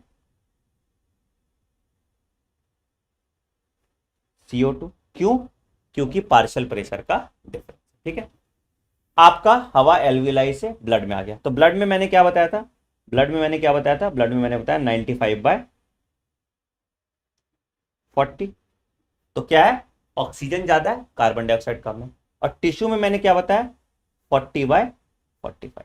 तो होगा क्या, होगा क्या, होगा क्या, ये ऑक्सीजन दे देगा और कार्बन डाइऑक्साइड ले लेगा, ये ऑक्सीजन दे देगा, कार्बन डाइऑक्साइड ले लेगा। तो टिश्यू में क्या होगा कि कार्बन डाइऑक्साइड ले लिया और ऑक्सीजन दे दिया, तो अब इसका पार्शियल प्रेशर क्या हो गया, 40/45। अब ये चला जाएगा एल्वियोलाई में, फिर एल्वियोलाई में ऑक्सीजन ज्यादा है तो कार्बन डाइऑक्साइड दे देगा, ऑक्सीजन ले लेगा, कार्बन डाइऑक्साइड दे देगा, ऑक्सीजन ले लेगा, राइट। तो यही चीज यहां पे आपको दिख रहा है, यही चीज आपको यहां पे दिख रहा है। तो यहां क्या हुआ, यहां क्या हुआ, हम कार्बन डाइऑक्साइड निकाले, ऑक्सीजन डाले। यहां पे क्या हुआ, हम कार्बन डाइऑक्साइड निकाले, ऑक्सीजन डाले। यहां क्या हुआ, हम ऑक्सीजन डाले, कार्बन डाइऑक्साइड निकाले। क्यों, प्रेशर ग्रेडियंट है, प्रेशर ग्रेडियंट है, तो इसी को हम एक्सचेंज ऑफ गैसेस कहते हैं, इसी को हम एक्सचेंज ऑफ गैसेस कहते हैं। ठीक है, आइए, तो partial pressure of these two gases in the atmospheric air and the two sides of diffusion are given. ठीक है, तो क्या है देखो, तो सिमिलरली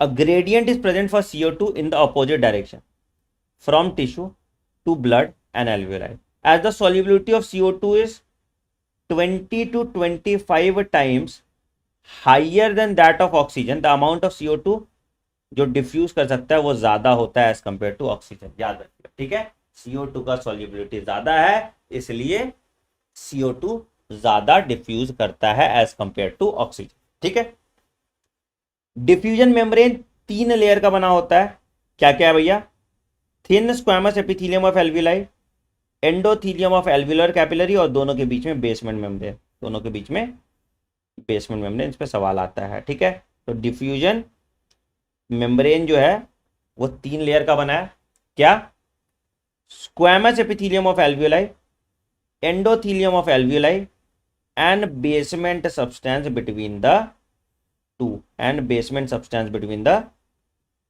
ठीक है, इन तीनों लेयर का आपका बना होता है एक्सचेंज पार्ट। ठीक है, तो ये एल्वियोलाई है, देखो एयर अंदर बाहर जा रहा है, ये बीच वाला बेसमेंट मेम्ब्रेन है, ठीक है, और ये वाला एंडोथीलियम है, ये बीच वाला बेसमेंट मेम्ब्रेन है और ये वाला एंडोथीलियम है। ठीक है, समझ में आया सबको बेटा, समझ में आया। ठीक है, तो ये तुम्हारा चीका है। ठीक है, टोटल थिकनेस बेटा बहुत कम है, इसीलिए एक्सचेंज आराम से हो सकता है डिफ्यूजन। ठीक, अब आते हैं मुद्दे पे जो सबसे इंपॉर्टेंट, यहां तक कोई दिक्कत, कोई भी दिक्कत, याद रखिएगा, जिसका प्रेशर ज्यादा है वो दे देगा, जिसका प्रेशर कम है वो ले लेगा। बहुत सिंपल सा चीज, बहुत सिंपल सा चीज है, वही बहुत सिंपल सा एक्सचेंज हो रहा है। ठीक है, चल, बहुत बढ़िया।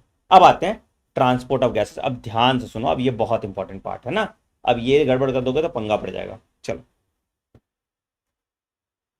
अच्छा, is this series enough for NEET bye, नहीं बेटा, हम तो यहाँ मूंगफली छीलते हैं ना, मूंगफली छीलते हैं और दे देते हैं तुम लोग को, टाइम पास करना है, तुम भी कर लो, क्या दिक्कत है, नीट वीट में क्या रखा है, नीट के लिए थोड़ी पढ़ाते हैं हम पढ़ाते हैं नर्सरी में एडमिशन के लिए, है ना। आओ, चलो, इसके पहले वाला डायग्राम एक्सप्लेन कर दो बेटा, यही है ना, एक्सप्लेन कुछ नहीं कर रहा, वही वाला तो सेम चीज है, जो ये वाला डायग्राम है इसका थोड़ा सुंदर वर्जन है और कुछ नहीं है।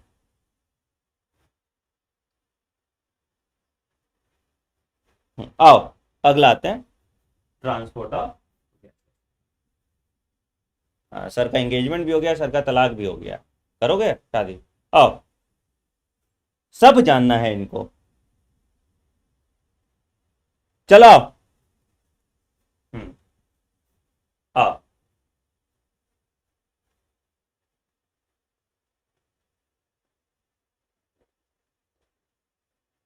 चलिए आइए अब आते हैं ट्रांसपोर्ट ऑफ गैसेस।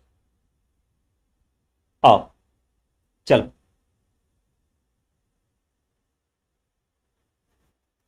ठीक, चलो ट्रांसपोर्ट क्या है? तो blood is the medium of transport for oxygen and carbon dioxide. ठीक है, blood is the medium of transport for oxygen and carbon dioxide. अब सुनो, सुनो, अब आओ देखो कैसे कैसे ट्रांसपोर्ट। अच्छा बहुत इंपॉर्टेंट है, सुनो, अब हो गया मजाक, मजाक हो गया। अच्छा सुनो, अब अगला आधे घंटे से 40 मिनट का क्लास अपना बचा है, बिल्कुल ध्यान से सुनो, नहीं तो गड़बड़ हो जाएगा मामला, बता रहे हैं, मामला गड़बड़ हो जाएगा, बता रहे हैं, बहुत इंपॉर्टेंट इसमें सवाल आता है, ध्यान से सुनो। अब एकदम एकदम सब मजाक साइड करो, ठीक है, एकदम सीरियस मोड पे अगला 40 मिनट सुनो ध्यान से मेरी बात सुनो। आओ सबसे पहले बात करते हैं हम ट्रांसपोर्ट ऑफ ऑक्सीजन। ठीक है, सब कुछ पहले हम लिखवा देते हैं, उसके बाद हम लोग सब कुछ कर लेंगे, मतलब उसका एनसीईआरटी माता ही पढ़ लेंगे, ध्यान सुनो।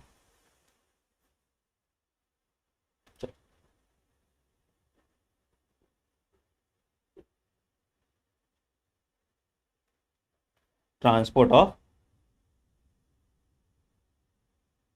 ऑक्सीजन क्या है बेटा?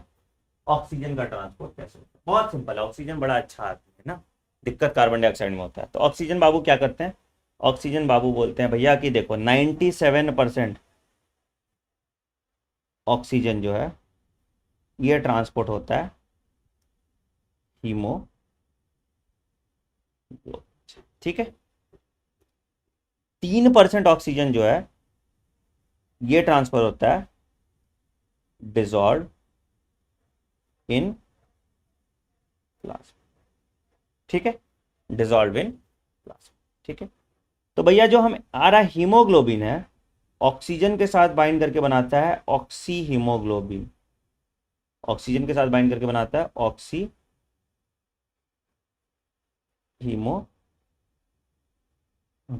ठीक, ऑक्सी हीमोग्लोबिन। ठीक है, एक हीमोग्लोबिन का मॉलिक्यूल 4 मॉलिक्यूल ऑफ ऑक्सीजन को ले जा सकता है, एक हीमोग्लोबिन का मॉलिक्यूल 4 मॉलिक्यूल ऑफ ऑक्सीजन को ले जा सकता है। ठीक है, और 1 ग्राम ऑफ हीमोग्लोबिन जो है वो ट्रांसपोर्ट कर सकता है, कितना ट्रांसपोर्ट कर सकता है? 1.34 ml of oxygen. 1 gram haemoglobin कितना ट्रांसपोर्ट कर सकता है? 1.34 ml ऑफ ऑक्सीजन। ठीक है, 100 ml ब्लड में कितना ग्राम हीमोग्लोबिन होता है? 12 से 16 ग्राम हीमोग्लोबिन, 12 से 16 ग्राम हीमोग्लोबिन। ठीक है, ठीक है, ठीक है, तो नॉर्मल कंडीशन में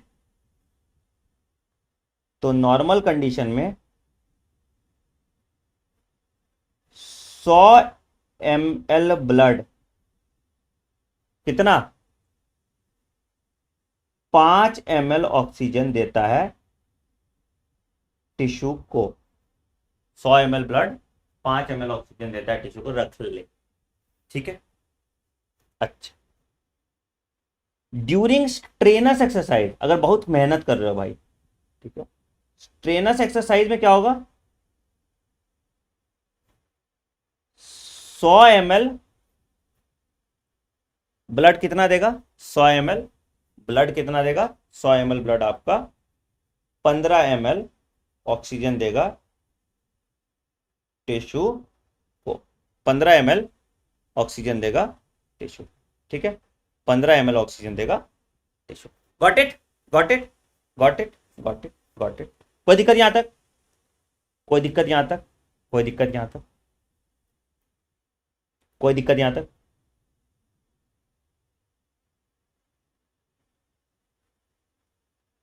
दिक्कत यहां तक? कुछ कुछ भी ऐसा जो बोले कि जो तुमको समझ नहीं है? ठीक, ठीक, इसी के बेसिस पे हम बनाते हैं ऑक्सीजन डिसोसिएशन कर्व। तो इसी के बेसिस पे हम बनाते हैं ऑक्सीजन डिसोसिएशन कर्व। अभी इस पे बात करेंगे, ठीक है, इसी के बेसिस पे हम बनाते हैं ऑक्सीजन डिसोसिएशन कर्व।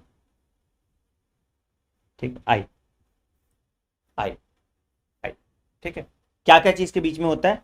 तो ऑक्सीजन डिसोसिएशन कर्व जो हम बनाते हैं, इट इज बिटवीन किसमें? Partial pressure of oxygen and percentage saturation of haemoglobin, है ना, परसेंटेज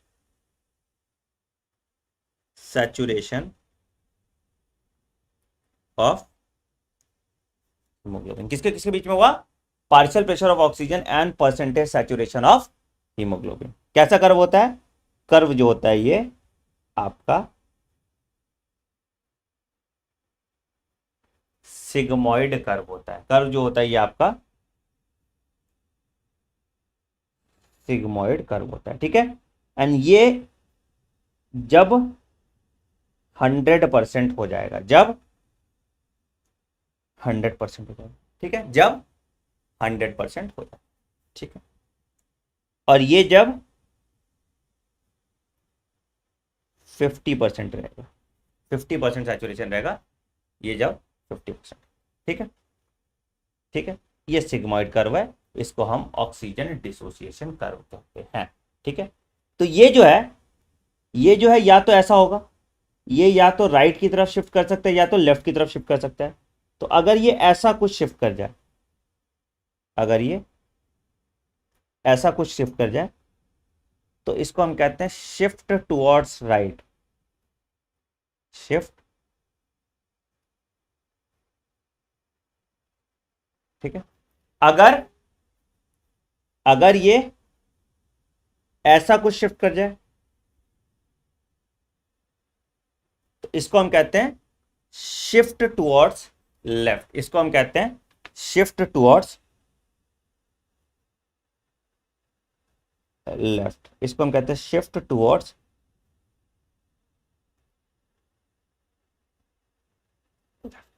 ठीक है। तो अगर अब कहां कहां शिफ्ट टुवर्ड्स राइट होगा और कहां कहां शिफ्ट टुवर्ड्स लेफ्ट होगा, अब ध्यान से सुनो, कहां कहां शिफ्ट टुवर्ड्स राइट होगा और कहां कहां शिफ्ट टुवर्ड्स लेफ्ट होगा, ध्यान से सुनो, ठीक है। इस पे सवाल आता है, आओ, शिफ्ट टुवर्ड्स राइट कब होगा? कब कब होगा शिफ्ट टुवर्ड्स राइट? जब पार्शियल प्रेशर ऑफ ऑक्सीजन कम होगा, partial pressure of carbon dioxide ज्यादा होगा, टेम्परेचर ज्यादा होगा, ठीक है, टेम्परेचर ज्यादा होगा, ठीक है।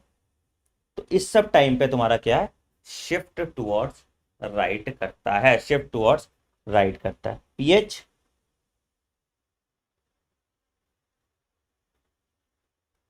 कम होगा, ठीक है, पीएच कम होगा और H प्लस कॉन्सेंट्रेशन भी ज्यादा, ठीक है। तो इस सब केस में शिफ्ट टुवर्ड्स राइट होता है। कहां होता है ये?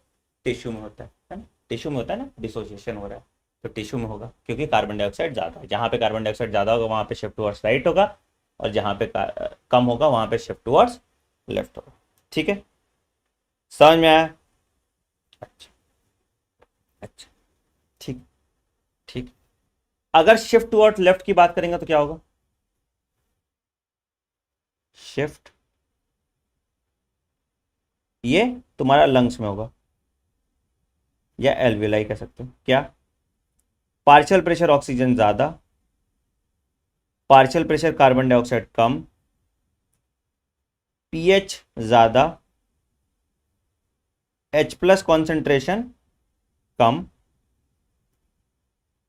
और टेम्परेचर कम, तो ये शिफ्ट टुवर्ड्स लेफ्ट हो जाता है, ये शिफ्ट टुवर्ड्स लेफ्ट हो जाता है, ठीक है। अच्छा, एक वैल्यू होता है इसको हम कहते हैं P50 वैल्यू, इस पे सवाल आता है, ठीक है। एक वैल्यू होता है जिसको हम कहते हैं P50 वैल्यू, ये 50% सैचुरेशन पे जो पार्शियल प्रेशर था उसको हम P50 वैल्यू कहते हैं, ठीक है। 50% सैचुरेशन पे जो पार्शियल प्रेशर था उसको हम P50 वैल्यू कहते हैं, ठीक है। तो क्या है? Partial pressure of oxygen eight which percentage saturation of hemoglobin is 50%. Percentage saturation of hemoglobin is 50%. Percentage saturation of hemoglobin is 50%. Got it? Got it? Got it? ठीक. अच्छा, अगर 2,3 डाइफॉस्फोग्लिसरेट बन रहा है, 2,3 डाइफॉस्फोग्लिसरेट बन रहा है, तो क्या होगा? तो राइट की तरफ शिफ्ट करेगा. तो क्या होगा? राइट की तरफ शिफ्ट करेगा. It is a by product of glycolysis, मतलब रेस्पिरेशन हो रहा है. It is a by product of glycolysis. तो इसमें भी राइट की तरफ शिफ्ट करेगा. इसमें भी राइट की तरफ शिफ्ट करेगा. कोई दिक्कत यहां तक? कोई दिक्कत यहां तक? कुछ भी ऐसा जो समझ में नहीं आया? चल आगे बढ़ते हैं. कुछ भी ऐसा समझ में आया? चल आगे बढ़ते हैं. P50 का वैल्यू चेंज होते रहेगा ना बेटा, डिपेंड करता है ना कैसे ग्राफ पे हो, तो फिर P50 का वैल्यू चेंज होगा. कैसे वैल्यू आए बता सकते हो तुम P50 का? आई ठीक. अब आओ ट्रांसपोर्ट ऑफ कार्बन डाइऑक्साइड की बात करते हैं. अब आओ ट्रांसपोर्ट ऑफ कार्बन डाइऑक्साइड की बात करते हैं.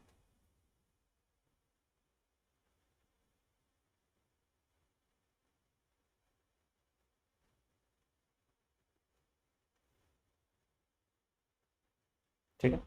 ट्रांसपोर्ट ऑफ कार्बन डाइऑक्साइड, कैसे ट्रांसपोर्ट ऑफ कार्बन डाइऑक्साइड होता है? सबसे पहला,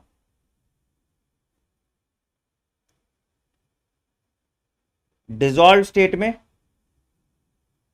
कितना? 5 to 7% of carbon dioxide. Dissolve state में कितना? 5 to 7% ऑफ कार्बन डाइऑक्साइड. ठीक है. दूसरा, कार्बेमिनो हीमोग्लोबिन. कार्बेमिनो हीमोग्लोबिन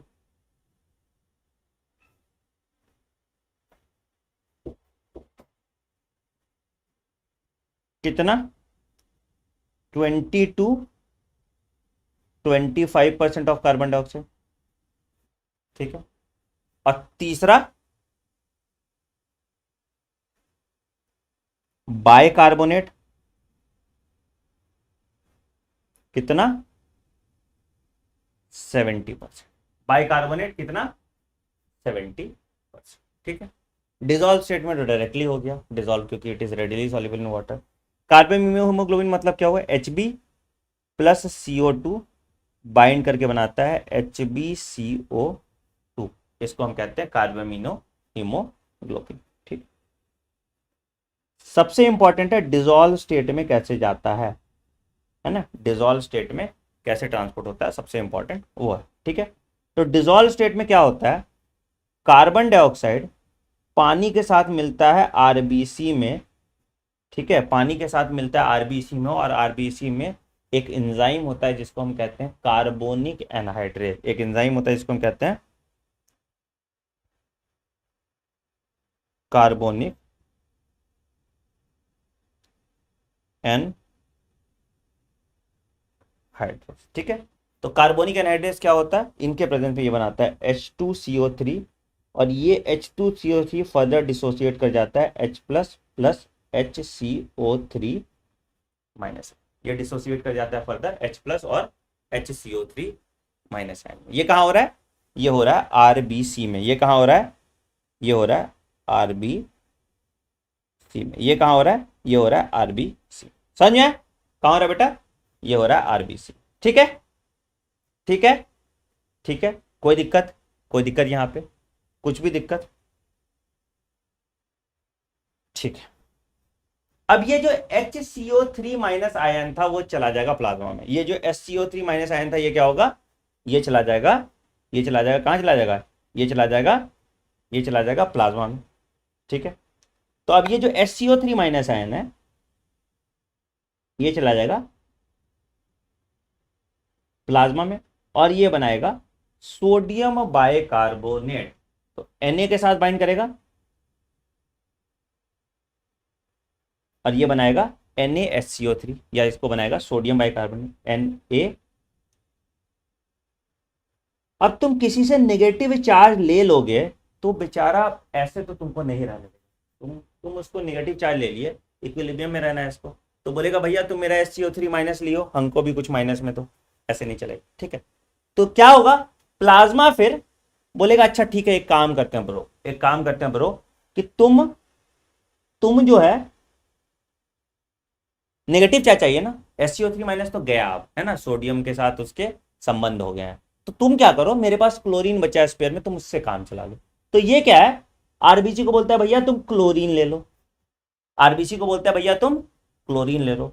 इसी फिनोमिना को हम कहते हैं, इसी फिनोमिना को हम कहते हैं क्लोराइड शिफ्ट और हैमबर्गर फिनोमिना। इसी फिनोमिना को कहते हैं क्लोराइड शिफ्ट और हैमबर्गर फिनोमिना। इसी फिनोमिना को हम कहते हैं क्लोराइड। दिहाड़ी मजदूर वाले आ गए यहाँ पे, अरे वाह, देखो नौकरी मिल रहा है, मेरे वजह से कितने लोगों को नौकरी मिल रहा है सोचो। इसी फिनोमिना को हम कहते हैं क्लोराइड, नौकरी वाले आ गए हैं, एंड हैमबर्गर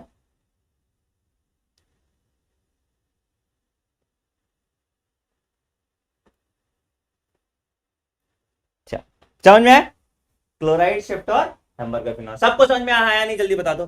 कुछ नहीं है, देखो फिर से बताएं, फिर से बताएं, आप समझ में आ गया, जल्दी बताओ, फिर से बताएं, समझ में आ गया, फिर से बता देते हैं, लो तुम भी क्या याद यार रखोगे, आओ आओ फिर से बता देते हैं, है ना, क्योंकि मजदूर लोग आए उनको थोड़ा टाइम और ज्यादा चाहिए होगा, फिर से बता देते हैं, आओ आओ, मजदूर लोग आए हैं, फिर से बता देते हैं।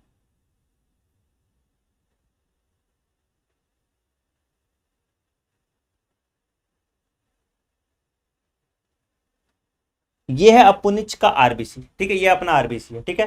तो क्या हुआ भैया, CO2 प्लस H2O बनाया H2CO3। क्या बनाया, इतना तो पता होगा ना, इतने तो पढ़े लिखे हो ही, ठीक है, कार्बोनिक एनहाइड्रेज के प्रेजेंट में,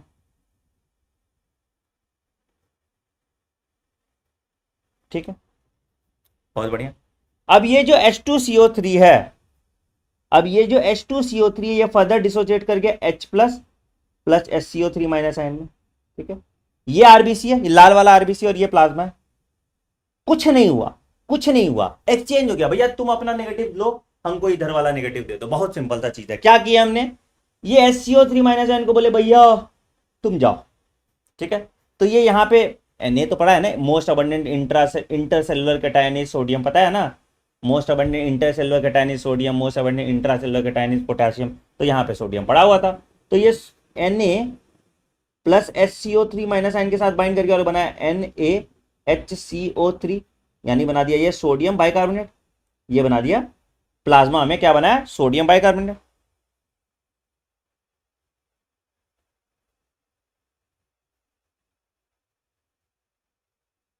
ठीक है, अच्छा, SCO3 माइनस आयन इसको दिया, तो भैया इसके पास क्लोरीन पड़ा था, यहां ज्यादा निगेटिव हो जाता, यहां कम निगेटिव हो जाता, तो भैया बोला कि तुम क्लोरीन यहां ले लो।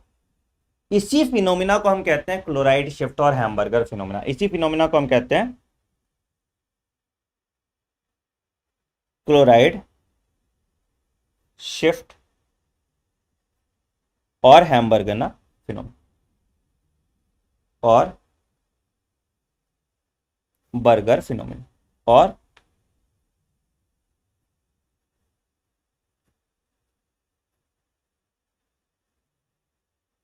क्लोराइड शिफ्ट और हैमबर्गर फिनोमिना, क्लोराइड शिफ्ट और हैमबर्गर फिनोमिना, ठीक है, समझ में आया सबको, बालकों स्लैश बालिकाओं, समझ में आया, समझ में आया आपको ये आसान सी बात, समझ में आया सबको आसान की बात, आया सबको समझ में।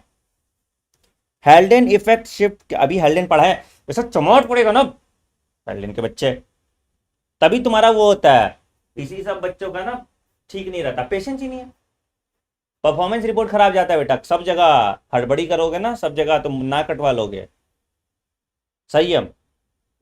आओ, ठीक है, तो ये वाला चीज आपको बता दी। आइए एक और चीज बात करते हैं, अब दूसरा इफेक्ट पड़ता है जिसको हम लोग हेल्डेन इफेक्ट कहते हैं। ठीक है, हेल्डेन इफेक्ट क्या होता है भैया, तो लिखिए दूसरा, लंग्स में द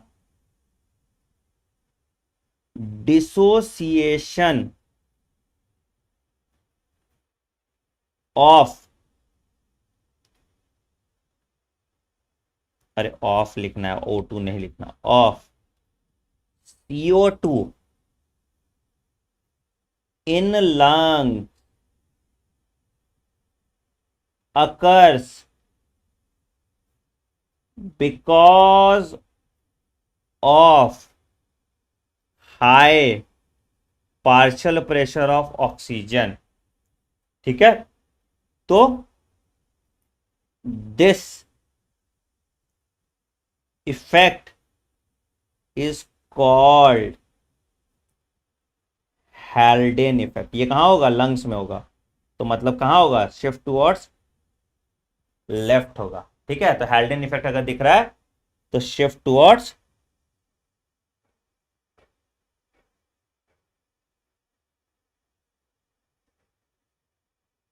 लेफ्ट। ठीक है, चलिए लिखिए, every 100 ml deoxygenated blood transports 4 ml of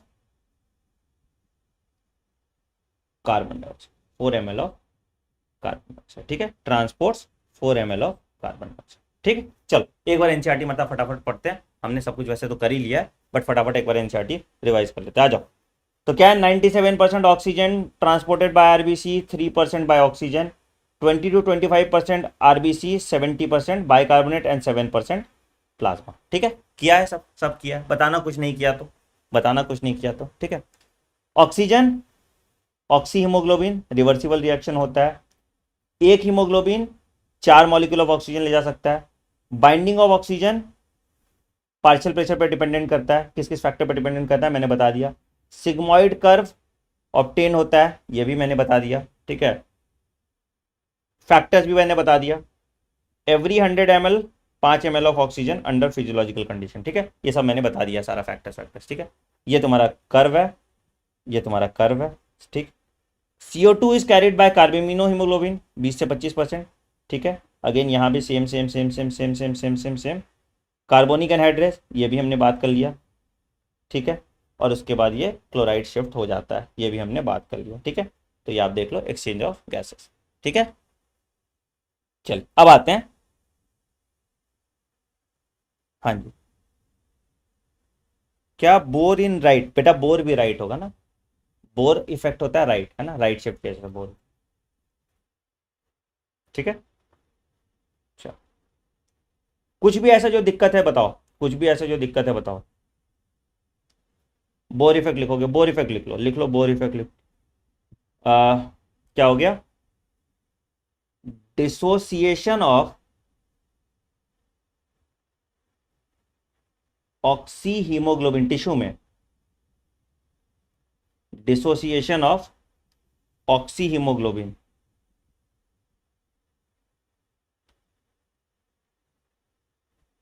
of oxy,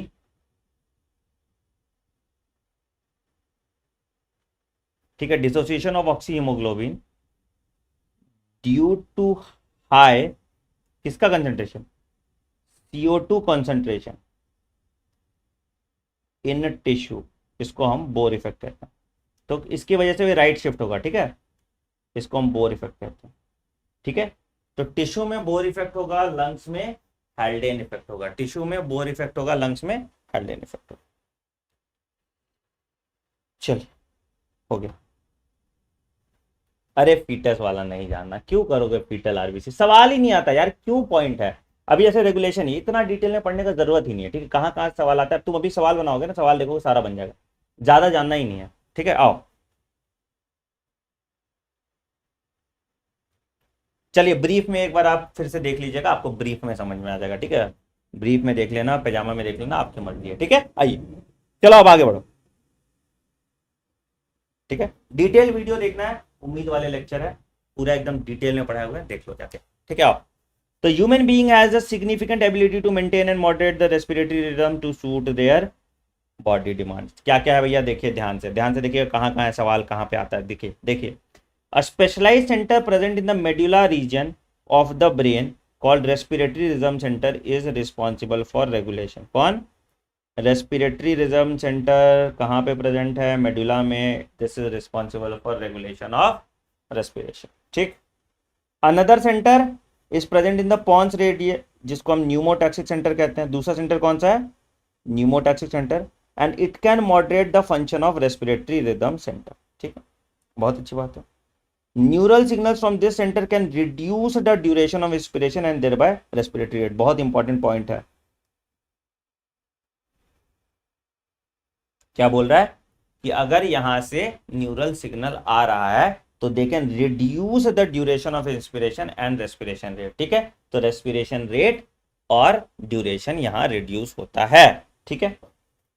chemosensitive area होता है कहां पे? Chemosensitive area that is highly sensitive to CO2 and H+ ion, ये कहां पे होता है? ये adjacent to rhythm centre, it is present situated adjacent to rhythm centre. और ये यहां पे भी आपको होगा कैरोटिड आर्टरी और अयोटिक नॉच में भी, कैरोटिड आर्टरी और अयोटिक नॉच में भी, ठीक है। Increase in these substances can activate this centre and can turn the signal to make necessary adjustment. तो वही कह रहा है, तो याद रखिएगा, याद रखिएगा, H+ पे डिपेंडेंट है, कार्बन डाइऑक्साइड पे डिपेंडेंट है, no role of oxygen, oxygen in regulation of respiration या रेगुलेशन ऑफ ब्रीदिंग। सवाल इसी पे आता है, ठीक है। No role of oxygen in regulation of breathing, no role of oxygen in regulation of breathing, ठीक है।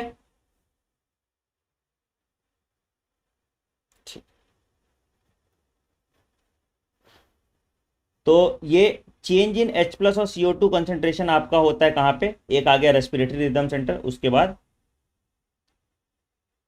कैरोटिड आर्टरी कहां पे? ब्रेन वाला, और अयोटिक नॉच, कैरोटिड आर्टरी और अयोटिक नॉच, ये भी चेंज देखते हैं, ठीक है। तो receptors associated with aortic notch and carotid artery can also recognize changes in CO2 and H+ concentration and send necessary signal to the rhythm center, ठीक है।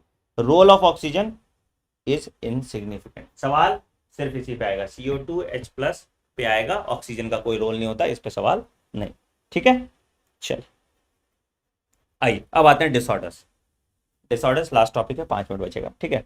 Asthma, difficulty in breathing. Movie में देखो ना, एकदम वो अमीषा पटेल वाला जो मूवी है, उसको हर जो रोती थी तो उसको लगता था अस्मा ये हुआ है, ठीक है, वैसा वाला, ठीक है।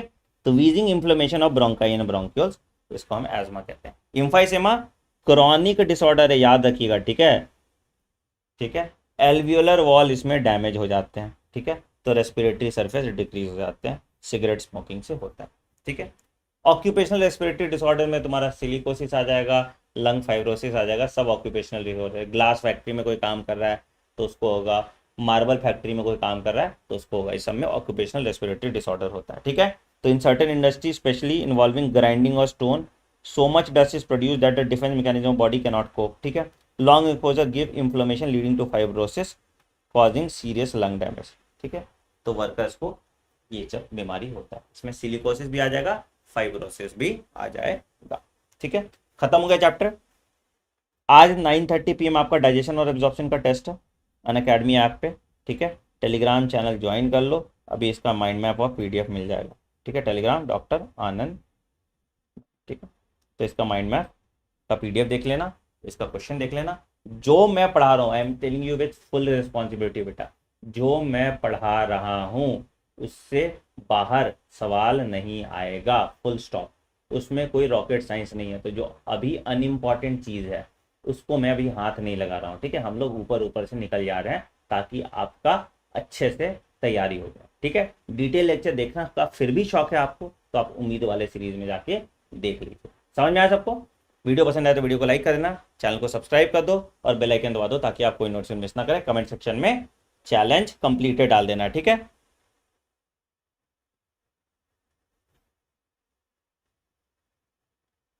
ठीक है, चलो ऑल द बेस्ट।